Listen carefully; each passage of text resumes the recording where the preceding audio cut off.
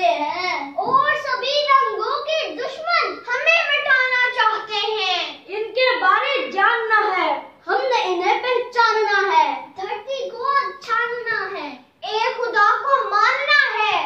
गंदी हरकतें करने वाले, गंदी सोचने वाले, प्राइवेट पार्ट्स को छूने वाले, तन्हाई में मिलने वाले, यही तो है सारे शैतान, गंदी सोचों के हैवान।